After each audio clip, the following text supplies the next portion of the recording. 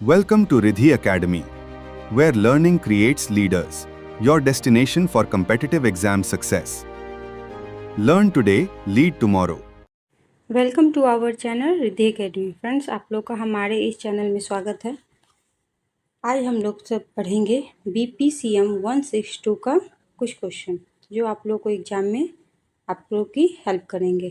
Friends, आप लोग हमारे इस चैनल को लाइक, सब्सक्राइब और कमेंट किया कीजिए, जिससे हमें मोटिवेशन मिले और हम आपके लिए और भी अच्छी अच्छी वीडियो लेकर आते रहें।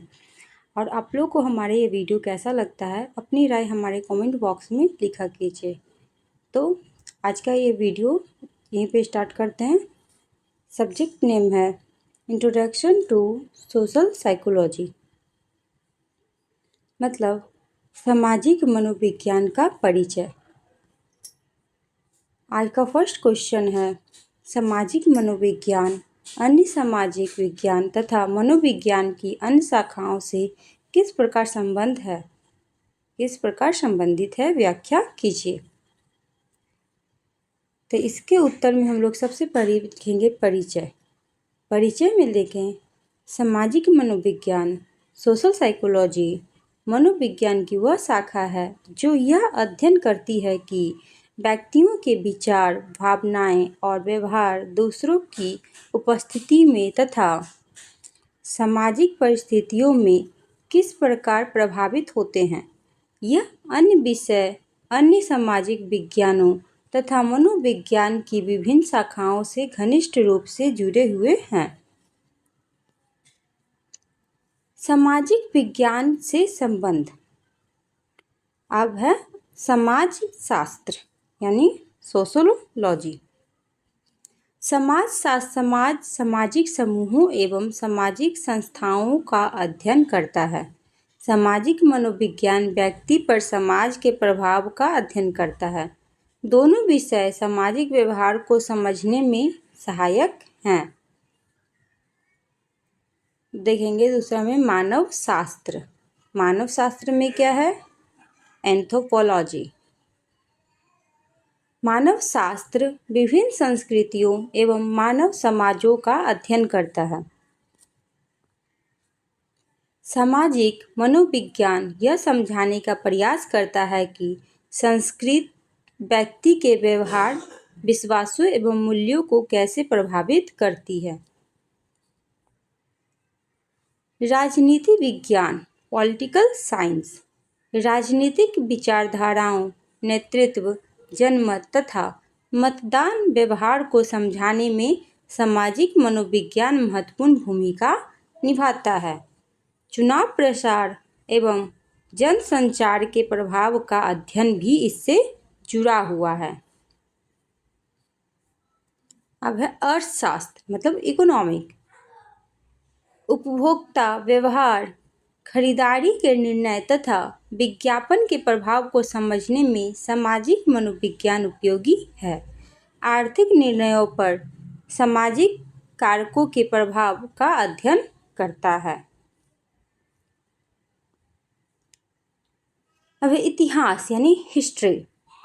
ऐतिहासिक घटनाओं एवं सामाजिक परिवर्तन मानव व्यवहार को प्रभावित करते हैं।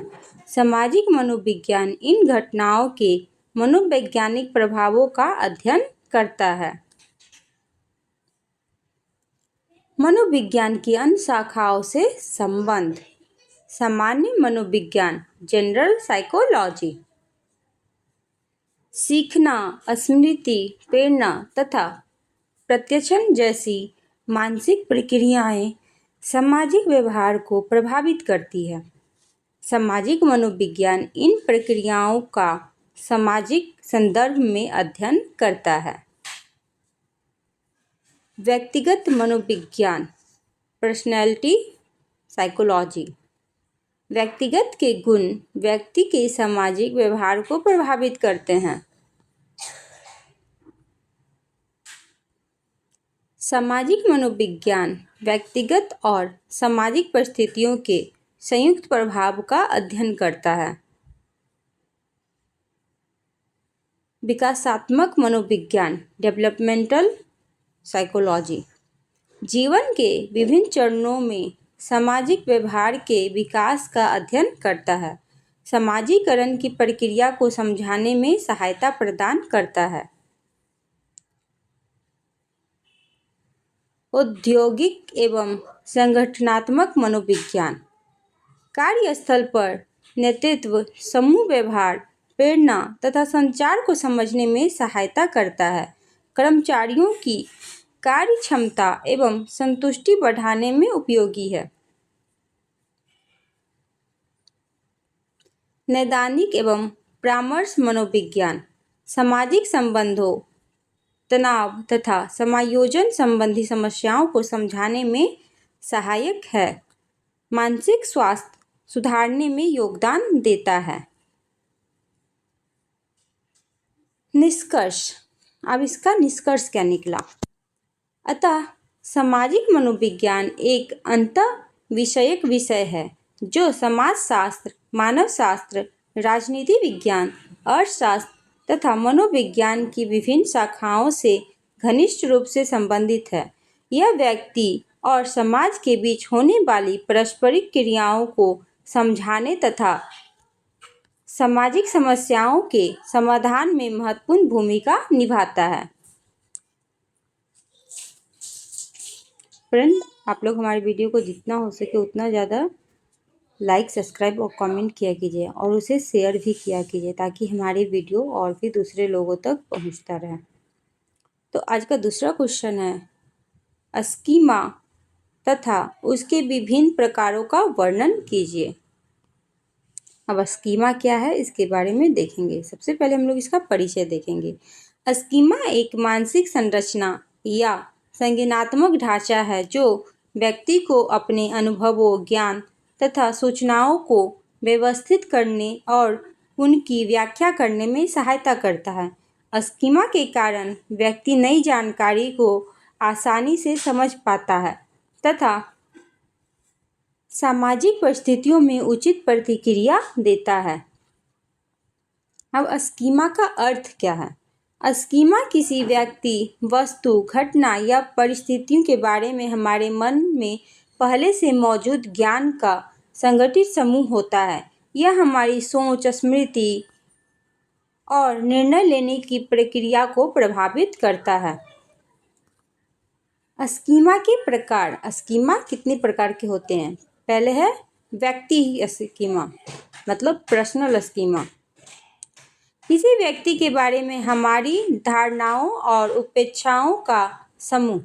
किसी व्यक्ति के बारे में हमारी धारणाओं और अपेक्षाओं का समूह, जैसे शिक्षक को अनुशासित और ज्ञानवान बनाना। भूमिका स्कीमा, रोल स्कीमा। भूमिका स्कीमा में आता है विभिन्न सामाजिक भूमिकाओं से जुड़ी अपेक्षाएं। एग्जाम्पल में है डॉक्टर से रोगियों का उपचार करने की अपेक्षा। अब है आत्म स्कीमा, मतलब सेल्फ स्कीमा। स्वयं के बारे में व्यक्ति की धारणाएं, जैसे स्वयं को मेहनती, ईमानदार या मिलनसार समझना। फिर है घटना स्कीमा, इवेंट स्कीमा। किसी विशेष घटना के बारे में पूर्व ज्ञान, जैसे विद्यालय में परीक्षा कैसे आयोजित होती है इसकी जानकारी। अब स्कीमा का महत्व। स्कीमा का क्या महत्व है? नई सूचनाओं को समझने में सहायता करता है, निर्णय लेने की प्रक्रिया को सरल बनाता है, सामाजिक व्यवहार को प्रभावित करता है, स्मृति को व्यवस्थित करने में सहायक होता है। निष्कर्ष। अब इसके निष्कर्ष क्या निकले? स्कीमा से क्या निष्कर्ष निकला? अतः स्कीमा व्यक्ति की संज्ञानात्मक प्रक्रिया का महत्वपूर्ण भाग है। यह सामाजिक संसार को समझने, सूचनाओं को व्यवस्थित करने तथा प्रभावी निर्णय लेने में सहायता प्रदान करता है। फ्रेंड, आप लोग हमारे वीडियो को लाइक नहीं करते हैं और ना ही सब्सक्राइब करते हैं। प्लीज़ लाइक और सब्सक्राइब किया कीजिए। अब है प्रश्न संख्या 3। संवाददाता निष्कर्ष सिद्धांत एवं सभिन्नता मॉडल का वर्णन कीजिए। इसके हम सबसे पहले देखेंगे परिचय। परिचय में आएगा। सामाजिक मनोविज्ञान में आरोपण सिद्धांत का यह समझाने का प्रयास करते हैं कि लोग दूसरे के व्यवहार के कारणों की व्याख्या कैसे करते हैं। संवाददाता निष्कर्ष सिद्धांत तथा सभिन्नता मॉडल दो प्रमुख आरोपण सिद्धांत हैं।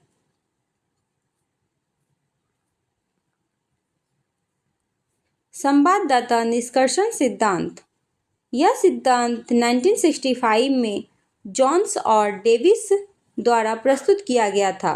इसके अनुसार लोग किसी व्यक्ति के व्यवहार को देखकर उसके व्यक्तित्व या आंतरिक गुणों के बारे में निष्कर्ष निकालते हैं। मुख्य विशेषता, इसकी मुख्य विशेषताएं क्या है? व्यवहार से व्यक्ति के स्वभाव का अनुमान लगाया जाता है। स्वेच्छा से किए गए व्यवहार को अधिक महत्व दिया जाता है।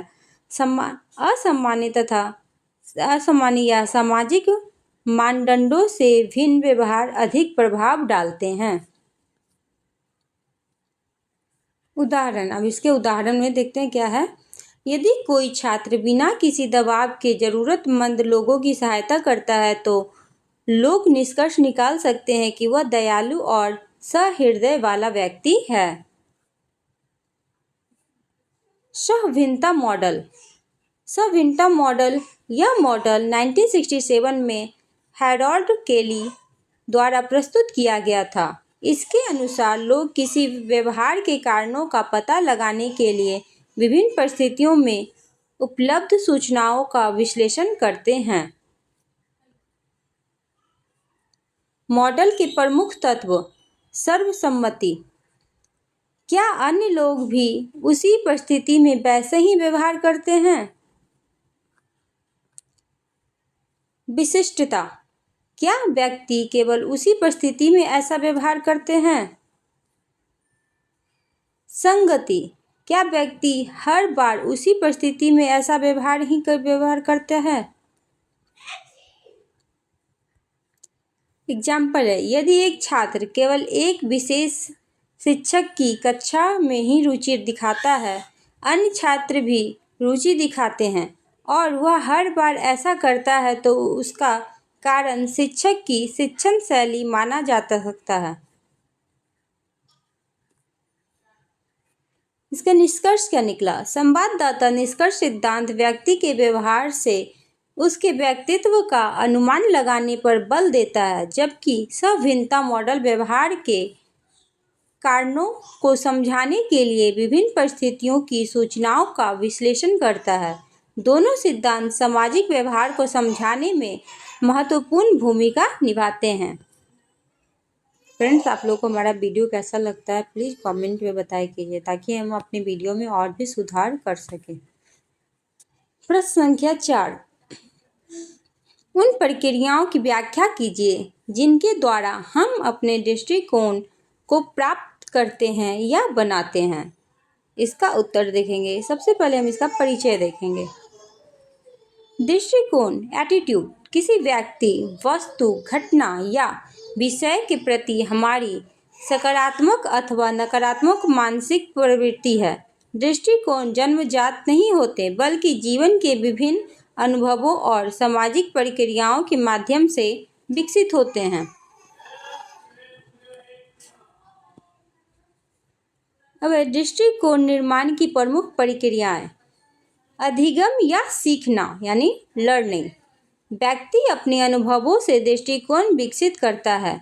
अच्छे अनुभव सकारात्मक तथा बुरे अनुभव नकारात्मक दृष्टिकोण उत्पन्न करते हैं।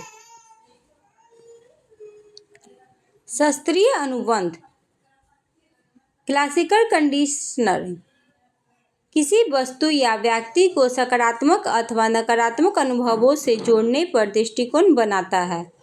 जैसे किसी ब्रांड के साथ प्रसिद्ध व्यक्ति को दिखाने से उस ब्रांड के प्रति सकारात्मक दृष्टिकोण बनता है। प्रचलन अनुबंध, पुरस्कार या दंड के आधार पर दृष्टिकोण विकसित होते हैं। जिस व्यवहार को पुरस्कार मिलता है उसके प्रति सकारात्मक दृष्टिकोण बनते हैं।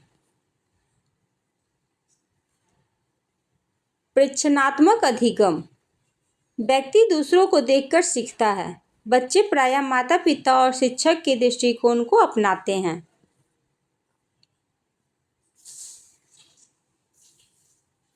सामाजिक प्रभाव। सामाजिक प्रभाव में परिवार, मित्र, विद्यालय अथवा समाज दृष्टिकोण निर्माण में महत्वपूर्ण भूमिका निभाते हैं। सामाजिक मानदंड व्यक्ति की सोच को प्रभावित करते हैं। अब है प्रत्यक्ष अनुभव। किसी वस्तु या घटना से सीधे अनुभव प्राप्त होने पर दृष्टिकोण अधिक मजबूत बनते हैं। जैसे किसी अस्पताल में अच्छा अनुभव होने पर उसके प्रति सकारात्मक दृष्टिकोण बनना। अब है दृष्टिकोण निर्माण का महत्व। दृष्टिकोण निर्माण के क्या महत्व है? व्यवहार को दिशा प्रदान करता है, निर्णय लेने में सहायता करता है, सामाजिक संबंधों को प्रभावित करता है। निष्कर्ष। इसके निष्कर्ष क्या निकले? अतः दृष्टिकोण विभिन्न अधिगम प्रक्रियाओं, सामाजिक प्रभावों तथा व्यक्तिगत अनुभवों के माध्यम से निर्मित होते हैं। ये व्यक्ति के व्यवहार और निर्णय को गहराई से प्रभावित करते हैं। अब देखेंगे प्रश्न संख्या 5। उपयुक्त उदाहरणों सहित रूढ़िवादिता तथा भेदभाव को स्पष्ट कीजिए। रूढ़िवादिता और भेदभाव को स्पष्ट कीजिए। परिचय। रूढ़िवादिता और भेदभाव सामाजिक मनोविज्ञान की महत्वपूर्ण अवधारणाएं हैं। ये दोनों सामाजिक पूर्वाग्रहों से संबंधित हैं और समाज में असमानता तथा सामाजिक तनाव को जन्म देते हैं। रूढ़िवादिता। रूढ़िवादिता किसी व्यक्ति या समूह के बारे में पूर्व निर्धारित, सामान्यीकृत तथा स्थिर धारणाएं होती हैं। इनमें किसी समूह के सभी सदस्यों को एक समान समझा जाता है। जैसे यह मान लेना कि सभी बुजुर्ग लोग कमजोर होते हैं, यह समझना कि सभी महिलाएं भावुक होती हैं, किसी विशेष समुदाय के सभी लोगों को एक जैसा मान लेना। रूढ़िवादिता की विशेषताएं। अपूर्ण जानकारी पर आधारित होती है, सामान्यीकृत होती है, सकारात्मक या नकारात्मक दोनों हो सकती है।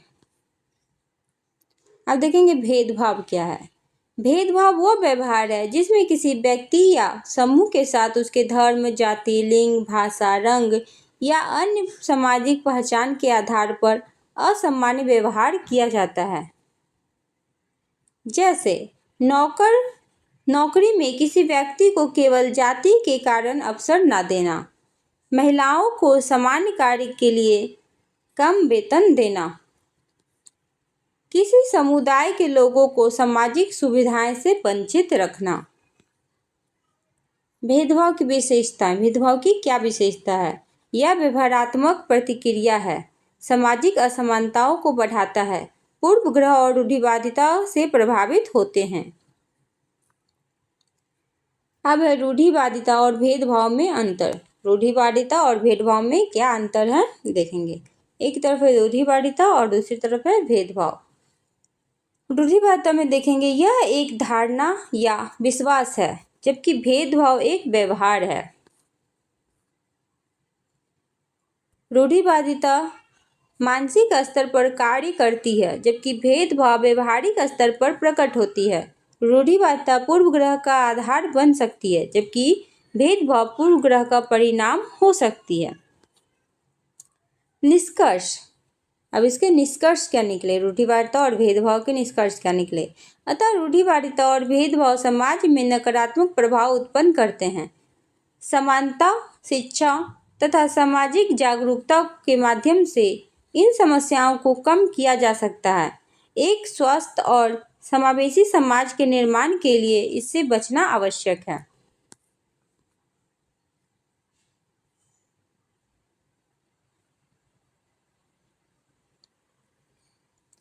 प्रश्न संख्या 6। उपयुक्त उदाहरणों सहित सहायता व्यवहार हेल्पिंग बिहेवियर के 5 चरणीय मॉडल की व्याख्या कीजिए। उपयुक्त उदाहरण सहित सहायता व्यवहार यानी हेल्पिंग बिहेवियर के 5 चरणीय मॉडल की व्याख्या कीजिए। इसके उत्तर में देखेंगे सबसे पहले इसका परिचय। सहायता व्यवहार यानी हेल्पिंग बिहेवियर वह व्यवहार है जिसमें कोई व्यक्ति दूसरे व्यक्ति की सहायता करने के लिए स्वेच्छा से कार्य करता है। सामाजिक मनोवैज्ञानिक ने सहायता व्यवहार को समझाने के लिए 5 चरणीय मॉडल प्रस्तुत किया। सहायता व्यवहार का 5 चरणीय मॉडल। पहला है घटना पर ध्यान देना, नोटिस द इवेंट। सबसे पहले व्यक्ति को यह ध्यान देना होता है कि कोई घटना घट रही है। यदि व्यक्ति व्यस्त है तो वह सहायता की स्थिति को पहचान नहीं पाता। जैसे सड़क पर घायल व्यक्ति को देखकर उसका ध्यान उस घटना की ओर जाता है। दूसरा है स्थिति को आपातकाल मानना। व्यक्ति का यह निर्णय करता है कि यह स्थिति वास्तव में सहायता की मांग करती है या नहीं। जैसे यदि कोई व्यक्ति सड़क पर गिर गया है तो यह समझना कि उसे चिकित्सीय सहायता आवश्यक है या नहीं। जिम्मेदारी स्वीकार करना, एज्यूम रिस्पॉन्सिबिलिटी। व्यक्ति महसूस करता है कि सहायता करना उसकी जिम्मेदारी है। भीड़ में अक्सर जिम्मेदारी का प्रयास हो जाता है। जैसे भीड़ में खड़े लोगों में से कोई एक व्यक्ति सहायता के लिए आगे आता है। सहायता करने के तरीके को जानना, know the how to help. व्यक्ति को यह पता होना चाहिए कि सहायता कैसे की जाए। जैसे दुर्घटना होने पर प्राथमिक उपचार मतलब फर्स्ट एड कैसे दें। अब है सहायता करने का निर्णय। अंतिम चरण में व्यक्ति वास्तव में सहायता करता है। उदाहरण, घायल व्यक्ति को अस्पताल पहुंचाना। अब मॉडल का महत्व क्या है? सहायता व्यवहार को समझाने में सहायता करता है। आपातकालीन परिस्थितियों में लोगों की प्रतिक्रिया का विश्लेषण करता है। परोपकारी के अध्ययन में उपयोगी होता है। निष्कर्ष। अब सहायता करने के क्या निष्कर्ष निकले? अतः सहायता व्यवहार एक क्रमिक प्रक्रिया है जिसमें व्यक्ति घटना को पहचानता है और उसे आपातकालीन मानता है, जिम्मेदारी स्वीकार करता है, सहायता का तरीका चुनता है, अंततः सहायता प्रदान करता है। मॉडल सामाजिक व्यवहार को समझाने में अत्यंत महत्वपूर्ण है। अब देखेंगे प्रश्न संख्या 7।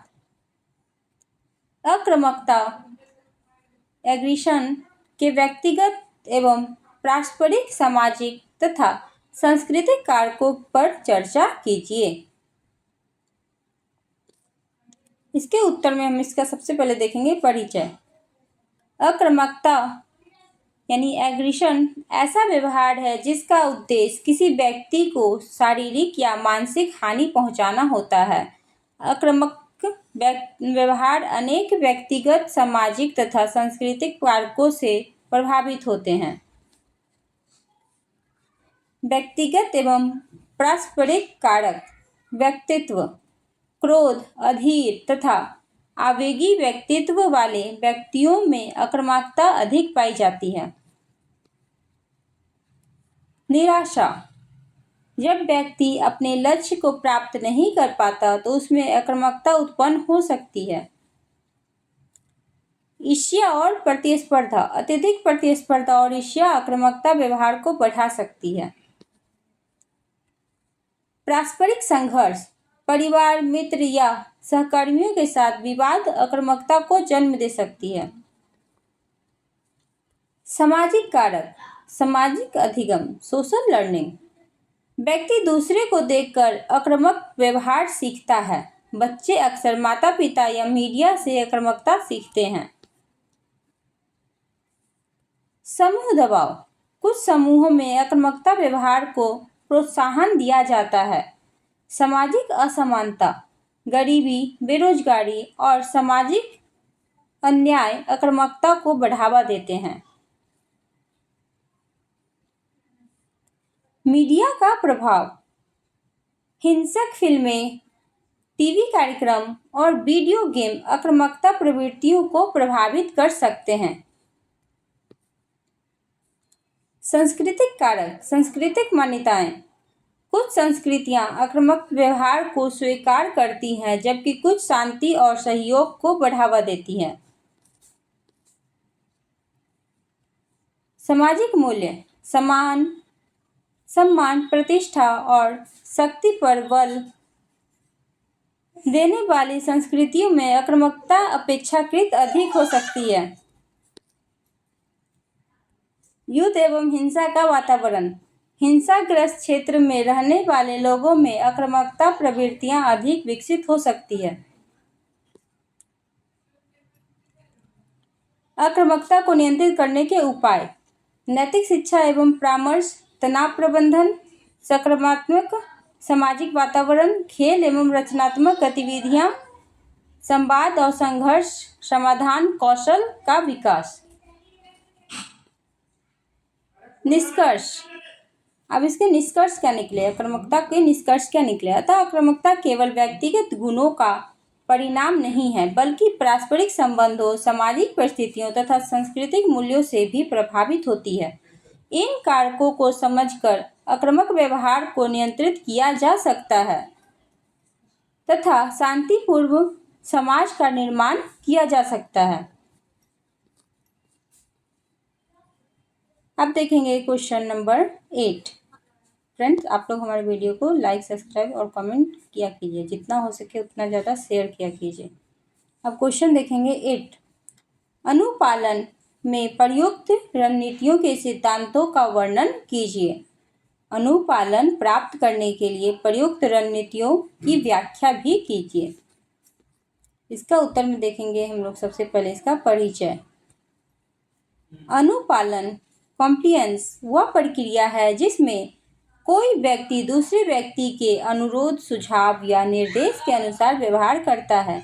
सामाजिक मनोविज्ञान में अनुपालन का अध्ययन यह समझने के लिए किया जाता है कि दूसरे लोगों को अपनी बात मानने के लिए कैसे प्रभावित करते हैं। अनुपालन के प्रमुख सिद्धांत। पारस्परिकता का सिद्धांत। यदि कोई व्यक्ति हमारी सहायता करता है तो हम भी उसकी सहायता करने के लिए प्रेरित होते हैं। लोग उपकार का बदला चुकाने की भावना रखते हैं। प्रतिबद्धता एवं संगति का सिद्धांत। लोग अपने पूर्व निर्णयों और वचनों के अनुरूप व्यवहार करना पसंद करते हैं। एक बार प्रतिबद्ध होने पर व्यक्ति अपनी बात पर कायम रहने का प्रयास करता है। सामाजिक प्रमाण का सिद्धांत। Social proof. लोग दूसरे के व्यवहार को देखकर निर्णय लेते हैं। यदि अधिकांश लोग किसी कार्य को कर रहे हैं तो अन्य लोग भी उसे अपनाने लगते हैं। पसंद का सिद्धांत। Liking principle. लोग इन व्यक्तियों के अनुरोध को अधिक स्वीकार करते हैं जिन्हें वे पसंद करते हैं। प्राधिकार का सिद्धांत। Authority principal.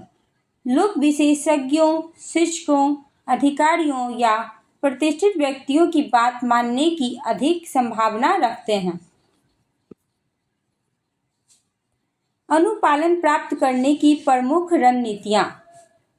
Foot in the door technique. Foot in the door technique. पहले छोटा अनुरोध किया जाता है, फिर बड़ा अनुरोध किया जाता है।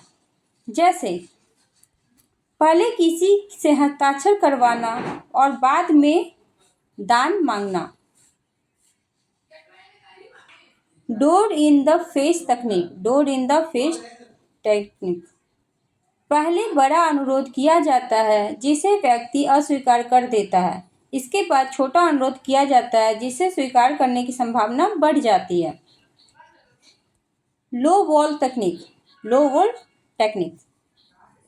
पहले आकर्षण प्रस्ताव दिया जाता है और बाद में अतिरिक्त शर्तें जोड़ी जाती है। व्यक्ति पहले से प्रतिबद्ध होने के कारण अनुरोध स्वीकार कर लेता है।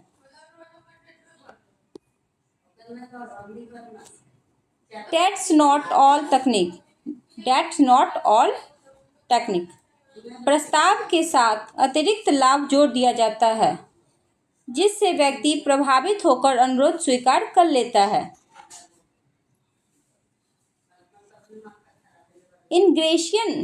Ingression technique. प्रशंसा, विनम्रता और मित्रता व्यवहार द्वारा व्यक्ति को प्रभावित किया जाता है। अब है अनुपालन का महत्व। सामाजिक संबंधों को बनाए रखने में सहायता, शिक्षा, व्यवसाय, विज्ञान तथा नेतृत्व में उपयोगी प्रभावी संचार को बढ़ावा देता है। निष्कर्ष। अब इससे निष्कर्ष क्या निकले ये देखेंगे। अतः अनुपालन सामाजिक प्रभाव का एक महत्वपूर्ण रूप है। पारस्परिकता, प्रतिबद्धता, सामाजिक प्रमाण, पसंद तथा प्राधिकार जैसे सिद्धांतों के आधार पर विभिन्न रणनीतियों का उपयोग करके लोग को प्रभावित किया जा सकता है। ये रणनीतियाँ दैनिक जीवन, शिक्षा, व्यवहार और सामाजिक संबंधों में व्यापक रूप से प्रयुक्त होती है। तो फ्रेंड, हमारा ये वीडियो यहीं पे ख़त्म होता है। आगे आपको हमारा ये वीडियो कैसा लगा, अपनी राय हमारे कमेंट बॉक्स में ज़रूर दीजिएगा और जितना हो सके उतना ज़्यादा सब्सक्राइब, लाइक और शेयर हमारे वीडियो कीजिएगा। Thank you for the watch. Thank you for watching this video. For complete exam preparation, subscribe to Riddhi Academy. Learn today, lead tomorrow.